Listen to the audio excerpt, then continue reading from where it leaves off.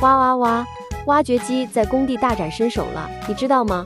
挖掘机看似简单的挖土动作，背后却藏着不少科学原理和巧妙设计。挖掘机的工作装置由洞壁、斗杆、铲斗等部件组成，通过液压系统提供强大的动力和精准的控制，能够轻松挖起各种物料。它的履带设计增大了与地面的接触面积，分散了机器的重量，使其在松软的工地地面也能稳定作业，不易下陷。而且挖掘机师傅的操作技术也至关重要，他们需要根据工地的地形、土质和施工要求，精确控制挖掘机的动作和力度，才能又快又好地完成挖土任务。